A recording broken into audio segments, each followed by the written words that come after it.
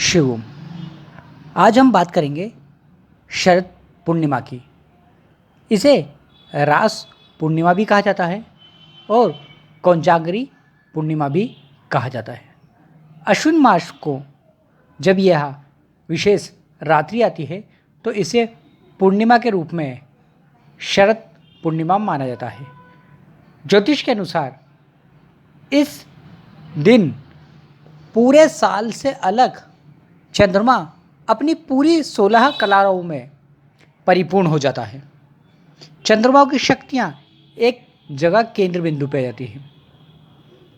मान्यता यह होती है कि इस दिन और इस समय चंद्रमा से कुछ विशेष प्रकार की प्रकाश किरणें अमृत के रूप में धरती की तरफ आती हैं। इसी धारणा के अनुसार साधक अमृत साधना करने के लिए शरद पूर्णिमा की रात्रि को एकांत स्थान में या वन में जाके अपनी साधना करते हैं। इस साधना में चंद्र के मंत्रों का उपयोग किया जाता है।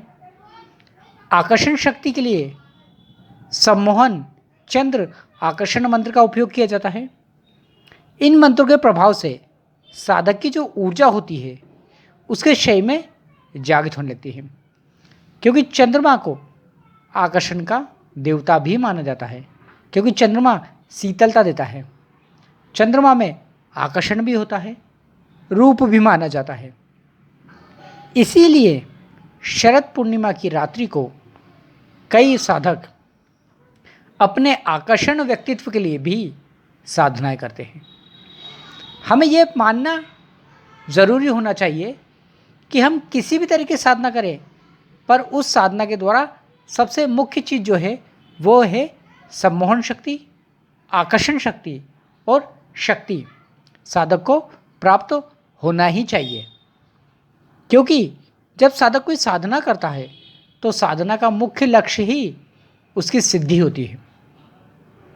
साधक को संयम भी रखना चाहिए, अपने मन पर नियंत्रण भी रखना चाहिए, क्योंकि मन पर नियंत्रण रखने से यह शक्ति चैतन्य होकर कार्य करती है।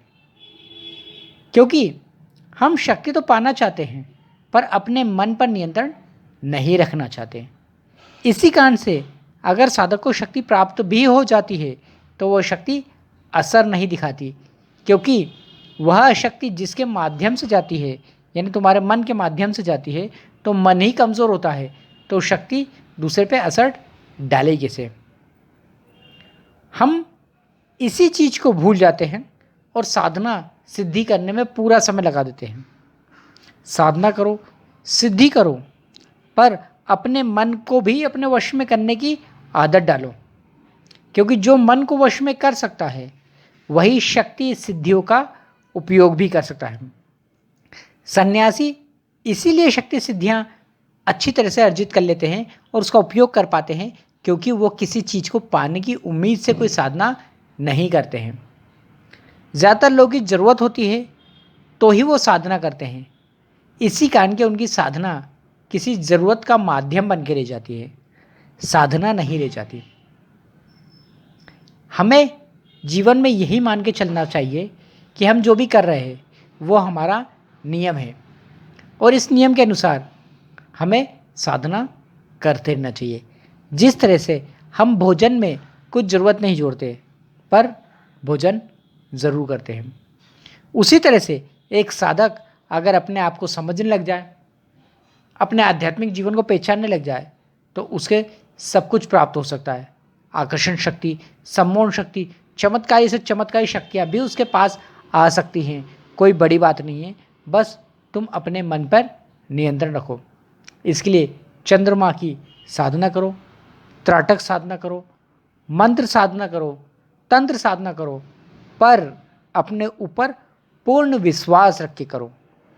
जब तुम अपने ऊपर पूर्ण विश्वास रखना सीख जाओगे तो तुम्हें वो सब कुछ मिल जाएगा जिसकी तलाश तुम जगह जगह भटक के कर रहे होते हो। सीखो, समझो, अपने आध्यात्मिक जीवन के मार्ग पे उतरो और आध्यात्मिक जीवन की शुरुआत करके, अपने पूर्ण जीवन की शुरुआत करके, अपने आध्यात्मिक जीवन की शुरुआत करके अपने आध्यात्मिक जीवन को पूर्ण करो, ताकि इस इंसानी जीवन को महत्व दे सको। शिवम।